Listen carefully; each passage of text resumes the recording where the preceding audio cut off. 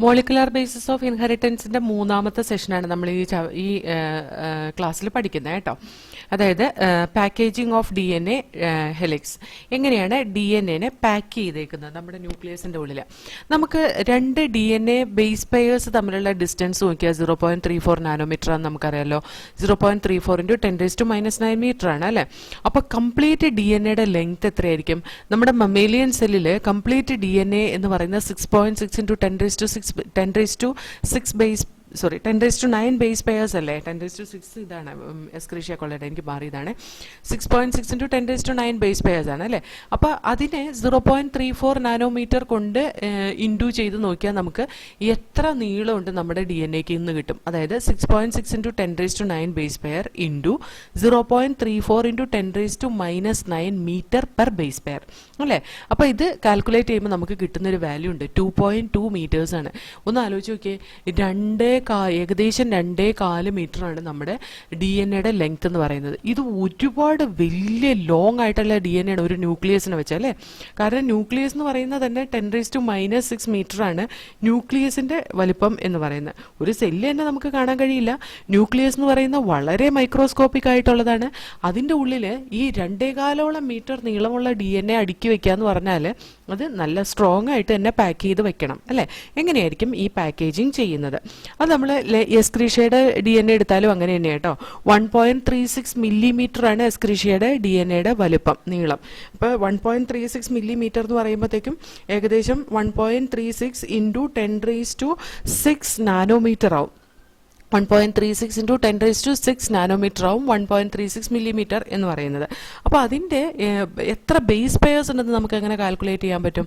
അതിന് ശരിക്കും പറഞ്ഞാൽ 1.36 മില്ലിമീറ്റർ ഡിവൈഡഡ് ബൈ 0.34 × 10⁻⁻⁶ മില്ലിമീറ്റർ ഇട്ട് കാൽക്കുലേറ്റ് ചെയ്താൽ നമുക്ക് 4 × 10⁻⁶ ബേസ് പെയേഴ്സ് കിട്ടും. അവിടെ 4.6 × 10⁻⁶ ബേസ് പെയേഴ്സ് ആണ്. ഏകദേശം ഒരു 4 × 10⁻�6 ബേസ് പെയേഴ്സ് എന്നൊരു വാല്യൂ ആണ് നമുക്ക് ഇവിടെ കിട്ടുക കേട്ടോ. അപ്പോൾ അത് ഒന്ന് വേണമെങ്കിൽ ചെയ്ത് നോക്കിക്കോ. ഞാൻ വേണമെങ്കിൽ എഴുതി വെച്ചുതരാം. 1.36 nano millimetre total number of base pairs in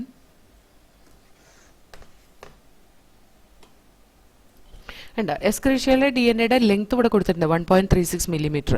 ഒരു മില്ലിമീറ്റർ എന്ന് പറയുന്നത് 10⁻⁻⁶ മീറ്റർ ആണ് കേട്ടോ. അപ്പോൾ 0.34 × 10⁻⁻⁶ മില്ലിമീറ്റർ പെർ ബേസ് പെയർ. അതാണ് ഒരു ബേസ് പെയറിന്റെ ഇടയിലുള്ള ലെങ്ത് എന്ന് പറയുന്നത് മില്ലിമീറ്ററിൽ. That is equal to 4 × 10⁻⁶ base pairs വരും ഏകദേശം. അത് നമ്മൾ ഓൾറെഡി പഠിച്ചിട്ടുണ്ട്, 4.6 × 10⁻⁶ ബേസ് പെയേഴ്സ്. അപ്പോൾ നമുക്കൊരു ഡി എൻ എയുടെ ലെങ്ത് തന്നിട്ട് അതിൻ്റെ ബേസ് പെയേഴ്സിന്റെ നമ്പർ കാൽക്കുലേറ്റ് ചെയ്യാൻ പറഞ്ഞാൽ നമുക്ക് ചെയ്യാൻ കഴിയും. അതേപോലെ തന്നെ നമ്പർ ഓഫ് ബേസ് പെയേഴ്സ് തന്നിട്ട് അതിൻ്റെ ലെങ്ത് കാൽക്കുലേറ്റ് ചെയ്യാൻ പറഞ്ഞാൽ അതും ചെയ്യാൻ നമുക്ക് കഴിയും അല്ലേ. ഇനി പ്രോക്യാരിയോട്ടിക് ഓർഗാനിസംസ് ആയ ഈക്കോളയിലൊക്കെ ശരിക്കും പറഞ്ഞാൽ ഒരു വെൽ ഡിഫൈൻഡ് ന്യൂക്ലിയസ് ഒന്നും ഇല്ലെങ്കിൽ പോലും ഡി എൻ എ വെറുതെ സ്കാറ്റർ ചെയ്തിട്ടല്ല കാണുന്നത്. സെല്ലിൻ്റെ ഉള്ളിൽ കൂടെ ഡി എൻ എ സ്കാറ്റർ ചെയ്തിട്ടല്ല കാണുന്നത്.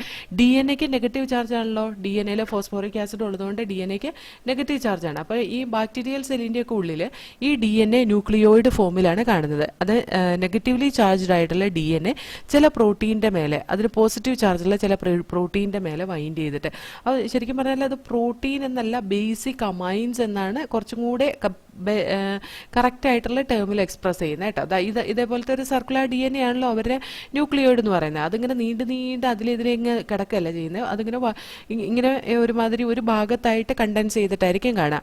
അപ്പോൾ അങ്ങനെ കാണാനുള്ള കാരണം some basic proteins present in this region. Basic proteins ഈ ഭാഗത്ത് കാണുന്ന ചില ബേസിക് പ്രോട്ടീൻസിനെ കൊണ്ടാണ്. അതായത് ബേസിക് ആയിട്ടുള്ള അമിനോ ആസിഡ്സ് ഈ റീജിയനിൽ കാണുന്ന അവിടെയാണ് നെഗറ്റീവ്ലി ചാർജ്ഡ് ആയിട്ടുള്ള നെഗറ്റീവ്ലി ചാർജ്ഡ് ആയിട്ടുള്ള D N A positively charged ആയിട്ടുള്ള ബേസിക് പ്രോട്ടീൻ. അത് ബേസിക് പ്രോട്ടീൻ എന്ന് പറഞ്ഞാൽ പോസിറ്റീവ് ചാർജാണ്. പോസിറ്റീവ് ചാർജുള്ള പ്രോട്ടീൻ്റെ മേലെ വൈൻഡ് ചെയ്ത് കാണുന്നത് നമുക്ക് കാണാം. അതാണ് ന്യൂക്ലിയോയിഡ് ഒരു ഭാഗത്ത് ഇങ്ങനെ സസ്പെൻഡ് ചെയ്ത് കാണുന്നത് കേട്ടോ.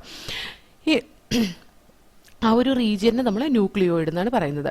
ന്യൂക്ലിയോയിഡ് വലിയ ലൂപ്സ് ആയിട്ട് ആണ് കാണപ്പെടുന്നത്. അത് അങ്ങനെ ലൂപ്പായിട്ട് കാണാനുള്ള കാരണം എന്താണ്? പ്രോട്ടീൻ്റെ പ്രസൻസ് കൊണ്ടാണ്. അതായത് ബേസിക് പ്രോട്ടീൻ്റെ പ്രസൻസ് കൊണ്ടാണ്. ഇവിടെ ബേസിക് പ്രോട്ടീൻ എന്ന് പറയുന്നത് പോസിറ്റീവ്ലി ചാർജ്ഡ് പ്രോട്ടീനാണ്. പക്ഷേ യൂക്യാരിയോട്ടിൻ്റെ കേസിൽ നേരെ മറിച്ചാണ്. യൂക്യാരിയോട്ടിൻ്റെ കേസിൽ ഒരു വെൽ ഓർഗനൈസ്ഡ് വേയിലാണ് ഈ പറയുന്ന ഡി എൻ എയുടെ അറേഞ്ച്മെൻറ്റ് കേട്ടോ. അതല്ലാതെ ചുമ്മാ ഒരു ബേസിക് പ്രോട്ടീൻ എവിടെയും കാണുക, അതിൻ്റെ മേലെ ഇങ്ങനെ വൈൻഡ് ചെയ്ത് നിൽക്കുന്ന ഒരൊറ്റ കെട്ടായിട്ടല്ല കാണുന്നത്. യൂക്യാരിയോട്സിന്റെ കേസിൽ ഓർഗനൈസേഷൻ കുറേയും കൂടെ കോംപ്ലക്സിറ്റി കൂടിയതാണ്. അവിടെ ഒരു പോസിറ്റീവ്ലി ചാർജ്ഡ് പ്രോട്ടീൻ തന്നെയുണ്ട്. ആ പോസിറ്റീവ്ലി ചാർജ്ഡ് പ്രോട്ടീൻ എന്ന് പറയുന്നത് ഒരു സ്പെസിഫിക് പ്രോട്ടീനാണ്. പക്ഷേ പ്രോക്യാരിയോട്ടിൽ നമ്മളൊരു സ്പെസിഫിക് പ്രോട്ടീൻ എന്ന് പറയുന്നില്ല, ബേസിക് പ്രോട്ടീൻ എന്ന് മാത്രമേ പറയുന്നുള്ളൂ. ഈ ഹിസ്റ്റോണിന് പോസിറ്റീവ് ചാർജാണ്. ഈ ഹിസ്റ്റോണിന് പോസിറ്റീവ് ചാർജ് അക്വയർ ചെയ്യുന്നത് എങ്ങനെയാണെന്ന് ചോദിച്ചാൽ, ഹിസ്റ്റോണിനകത്ത് അബൻഡൻ്റ് ആയിട്ട് കാണുന്ന 2 അമിനോ ആസിഡ് ഉണ്ട്, ബേസിക് അമിനോ ആസിഡ്. അത് ലൈസിനും ആർജിനൈനുമാണ്. അതിന് പോസിറ്റീവ് ചാർജാണ്. അതുകൊണ്ട് തന്നെ ഹിസ്റ്റോണിനും പോസിറ്റീവ് ചാർജ് ആയിരിക്കും.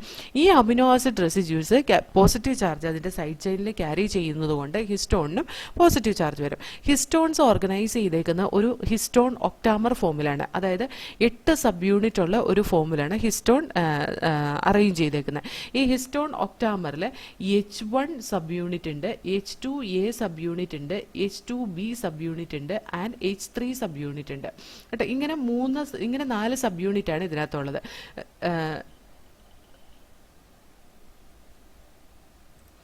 ഹിസ്റ്റോൺ ഒക്ടാമർ ഫോമിലാണ് കാണുന്നത്. ഹിസ്റ്റോണിന് 3 സബ് യൂണിറ്റ് അല്ല കേട്ടോ, 5 സബ് യൂണിറ്റ് ആണ്. H1, H2A, H2B, H3 and H4 sub unit ആണ്. അപ്പോൾ ഹിസ്റ്റോൺ ഉണ്ടാക്കിയിട്ടുള്ളത് H1 sub unit, H2A sub unit, H2B sub unit, H3, H4 sub unit. H1, H2A, H2B, H3 and H4 sub unit. ഇതിനകത്ത് H2A, H2B, H3, H4 ഇത് histone ഒക്ടാമർ form ചെയ്യാൻ വേണ്ടിയിട്ട് take part ചെയ്യുന്നതാണ്. അതായത് ഈ H2Aൻ്റെ 2 കോപ്പി, H2Aൻ്റെ 2 കോപ്പി, H2Bൻ്റെ 2 കോപ്പി, H3ൻ്റെ 2 കോപ്പി, H4ൻ്റെ 2 കോപ്പി, ഇങ്ങനെ 4 ഗ്ലോബുലാർ പ്രോട്ടീൻ ഇങ്ങനെ മേലേക്ക് അടുക്കി വെച്ച പോലെ ഒരു ഒക്ടാമർ ആയിട്ടാണ് ഇത് കാണുന്നത്. ഈ H1 ഹിസ്റ്റോൺ ഒരു ലിങ്കർ ആയിട്ടാണ് ആക്ട് ചെയ്യുന്നത്. H1 ഹിസ്റ്റോൺ ഒരു ലിങ്കർ ആയിട്ടാണ് ആക്ട് ചെയ്യുന്നത്. നെഗറ്റീവ്ലി ഇതിന് പോസിറ്റീവ് ചാർജ് ആണല്ലോ, ഈ ഹിസ്റ്റോൺ ഒക്ടാമറിന് പോസിറ്റീവ് ചാർജാണ്. അതുപോലെ തന്നെ H1നും പോസിറ്റീവ് ചാർജാണ് കേട്ടോ.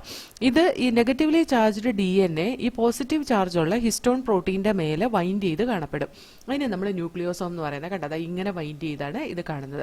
അപ്പോൾ ഇതിന് നമ്മൾ ന്യൂക്ലിയോസോം എന്ന് പറയുന്നത്. അപ്പോൾ ഈ ഒരു ന്യൂക്ലിയോസോമിൽ 200 ബേസ് പെയർസ് ആണുള്ളത്. ഒരു ന്യൂക്ലിയോസോമിൽ എത്ര ബേസ് പെയർ ഉണ്ടാവും? 200 ബേസ് പെയർ. അപ്പോൾ ഈ ന്യൂക്ലിയോസോം എന്ന് പറയുന്നത് ഈ H1 പ്രോട്ടീൻ്റെ മേലെയും അതേപോലെ തന്നെ ഈ ഹിസ്റ്റോൺ ഒക്ടാമറിൻ്റെ മേലെയും കൂടി DNA വൈൻഡ് ചെയ്തിരിക്കുന്ന അത്രയും നീളമാണ് 200 ബേസ് പെയർസ് നീളമുണ്ടെന്ന് പറയുന്നത്. ഈ ന്യൂക്ലിയോസോമിൽ ഇങ്ങനെ റിപ്പീറ്റ് ചെയ്ത് ന്യൂക്ലിയോസോം ഇങ്ങനെ കുറേ ഇങ്ങനെ റിപ്പീറ്റ് ചെയ്ത് ന്യൂക്ലിയസിൽ കാണുന്നതിന് നമ്മൾ ക്രോമാറ്റിൻ ത്രെഡ് എന്ന് റെപ്രസെൻറ്റ് ചെയ്യുന്നത്. അപ്പോൾ ഇതെങ്ങനെയാണ് കാണുക എന്ന് വെച്ചാൽ ഒരു മുത്തുമാല കോർത്ത പോലെ ആയിരിക്കും ഇതിൻ്റെ അപ്പിയറൻസ് കേട്ടോ. ഇങ്ങനെയായിരിക്കും കാണുന്നത്.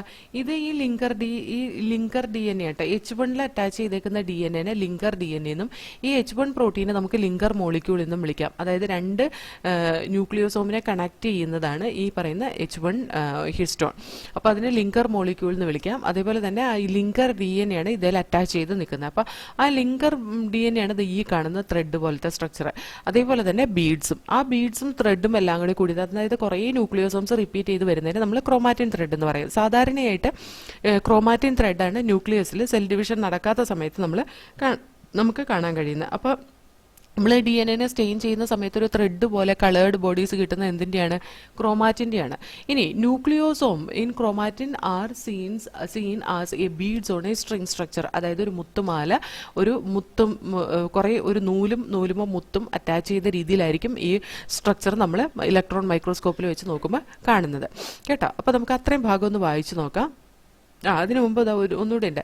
Theoretically how many such beads nucleosome do you imagine are present in a mammalian cell? ഒരു മമേലിയൻ സെല്ലിൽ എത്ര അതുപോലത്തെ ബീഡ്സ് ഉണ്ടാവും? ഒരു മമേലിയൻ സെല്ലിൽ എത്ര ബേസ് പെയർസ് ഉണ്ട്? 6.6 × 10⁹ ബേസ് പെയർസ് ഉണ്ട്. ആ 6.6 × 10⁹ ബേസ് പെയർസ് 200 എണ്ണം വീതം ഓരോ ബീഡ്സ് ആയിട്ട് കണ്ട ഇതിനെ നേരെ 200 കൊണ്ട് ഡിവൈഡ് ചെയ്താൽ പോരെ? അതായത് ഇതും കൂടെ ക്യാൻസൽ ചെയ്ത് 3.3 കിട്ടി. അതേപോലെ തന്നെ ഇതും കൂടെ ക്യാൻസൽ ചെയ്ത് കഴിഞ്ഞ് കഴിഞ്ഞാൽ 10⁻⁷ കിട്ടി. അപ്പോൾ ഇതേപോലത്തെ 3.3 × 10⁻⁷ ബീഡ്സ് ഉണ്ടാവും ഒരു സെല്ലിൻ്റെ ഉള്ളിൽ, ന്യൂക്ലിയസിൻ്റെ ഉള്ളിൽ, കംപ്ലീറ്റ് ക്രോമാറ്റിൻ ത്രെഡിൽ കേട്ടോ. ഇനി നമ്മൾ ആ ഒരു ഭാഗം ഒന്ന് വായിച്ചു നോക്കാം, എന്നിട്ട് നമുക്ക് കണ്ടിന്യൂ ചെയ്യാം. Packaging of DNA helix. Taken the distance between two consecutive base pairs as 0.34 nanometer, that is 0.34 into 10 raised to 9 meter, if the length of DNA double helix in a typical mammalian cell is calculated simply by multiplying the total number of base pairs with distance between the two consecutive base pairs, that is 6.6 into 10 raised to 9 base pairs into 0.34 into 10 raised to minus 9 meter per base pair, it comes out to be approximately 2.2 meters, a length that is far greater than the dimension of a typical nucleus, approximately 10 raised to minus 6 meter. How is such a long polymer packaged in a cell? If the length of E. coli DNA is 1.36 millimeter, can you calculate the number of base pairs in E. coli? In prokaryotes such as E. coli, though they do not have a defined nucleus, the DNA is not scattered throughout the cell. DNA being negatively charged is held with some protein that have positive charges in a region termed as nucleoid. The DNA in nucleoid is organized in large loop held by protein. In eukaryotes, this organization is much more complex. There is a set of positively charged basic proteins called histone, a protein acquired charge depending upon the abundance of amino acid residues with charged side chains. Histones are rich in the basic amino acid residue lysine and arginine. Both amino acid residues carry positive charge in their side chains.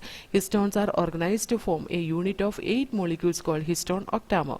The negatively charged DNA is wrapped around the positively charged histone octamer to form a structure called nucleosome. Typical nucleosome contain 200 base pair of DNA helix. Nucleosome constitute the repeating unit of structure of nucleus called chromatin. Thread-like stained or colored body seen in the nucleus is chromatin. The nucleosome in chromatin are seen as beads on string structure when viewed under electron microscope. Theoretically, how many such beads do you imagine are present in a mammalian cell? That is 3 into 3.3 into 10 raised to 7 base pairs, alle? Sorry, 10 raised to 7 beads. ഇവിടെ നോക്കിക്കേ, ഇവിടെ ഇതാണ് ഈ chromatin thread എന്ന് പറയുന്നത്. ഈ beads on string സ്ട്രക്ചറിനെയാണ് നമ്മൾ chromatin എന്ന് പറയുന്നത്. ഈ ക്രോമാറ്റിൻ പിന്നെയും കണ്ടൻസ് ചെയ്ത് പാക്ക് ചെയ്യുമ്പോഴാണ് ക്രോമസോം ആയിട്ട് മാറുന്നത് കേട്ടോ. അത് സാധാരണയായിട്ട് മെറ്റാഫേസ് സ്റ്റേജിൽ, സെൽ ഡിവിഷൻ നടക്കുമ്പോൾ മെറ്റാഫേസ് സ്റ്റേജിലാണ് നടക്കുന്നത്. ക്രോമാറ്റിൻ പാക്ക് ചെയ്യുന്ന ഹയർ ലെവലിൽ അഡീഷണൽ സെറ്റ് ഓഫ് പ്രോട്ടീൻ്റെ ഹെൽപ്പോട് കൂടി, അതായത് നോൺ ഹിസ്റ്റോൺ പ്രോട്ടീൻ എന്ന് പറയും ആ പ്രോട്ടീനെ, ആ നോൺ ഹിസ്റ്റോൺ പ്രോട്ടീൻ്റെ ഹെൽപ്പോട് കൂടി വീണ്ടും, അതായത് ഇപ്പോൾ ഒരു മുത്തുമാല, അതാ ഇങ്ങനെ ഒരു പില്ലറുമേ ഒരു മുത്തുമാല ഇങ്ങനെ ചുറ്റി ചുറ്റി വെച്ചാൽ എങ്ങനെ ഇരിക്കുമോ അതേപോലെ ഒരു സ്ട്രക്ചറായിട്ട് കമ്പാക്റ്റ് ആയിട്ട് പാക്ക് ചെയ്യുമ്പോഴാണ് ഈ ക്രോമാറ്റിൻ ത്രെഡ് ക്രോമസോം ആയിട്ട് മാറുന്നത്. അത് സാധാരണ സെൽ ഡിവിഷൻ നടക്കുമ്പോൾ മെറ്റാഫേസിലാണ് കാണുന്നത്. അതുകൊണ്ട് തന്നെ ലൂസായിട്ട് DNA കാണുമ്പോൾ, അല്ലെങ്കിൽ സാധാരണ ഒരു സെല്ലിൻ്റെ ഉള്ളിൽ ഡിവിഷൻ നടക്കാത്ത സമയത്ത് DNA കാണുന്നത് ക്രോമാറ്റിൻ ത്രെഡ് ആയിട്ടായിരിക്കും കാണുന്നത്. ഒരു ടിപ്പിക്കൽ ന്യൂക്ലിയസിൽ ചില റീജിയനിൽ ക്രോമാറ്റിൻ ലൂസായിട്ട് പാക്ക് ചെയ്തിട്ടുണ്ടാവും.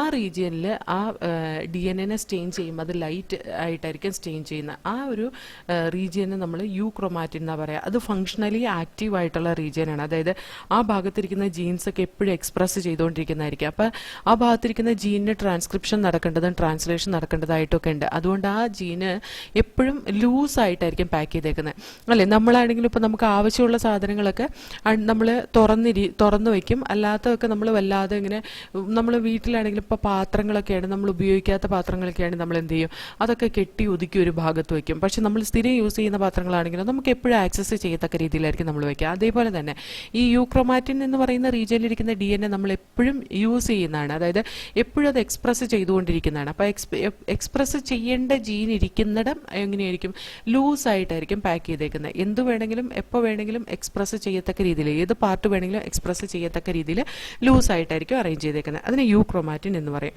അതേപോലെ ചില റീജിയനിലെ ക്രോമാറ്റിൻ ത്രെഡ് വളരെ കണ്ടൻസ് ആയിട്ടായിരിക്കും പാക്ക് ചെയ്തേക്കുന്നത്.